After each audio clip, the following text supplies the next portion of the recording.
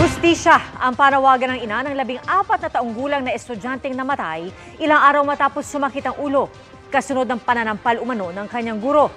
At nakatutok live si Jonathan Andas.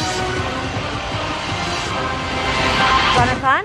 Pia, handang magsampa ng reklamo ang pamilya ng biktima lalo't sabi umano ng doktor sa kanila pagdurugo sa utak ang ikinamatay ng estudyante. Wala pa ring tugon sa atin ang guro pero paliwanag daw nito sa pulisya, tinapik lang niya ang bata. Sa eskwelahan sinimulang buuin ni Francis J. Gumikib ang pangarap na maging mekaniko.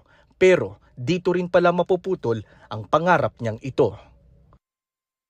Kahapon, namatay ang 14 anyos na si Francis, 11 araw matapos umanong sampalin ng kanyang guro sa Peña Francia Elementary School sa Antipolo. Napakahirap tanggapin na ganito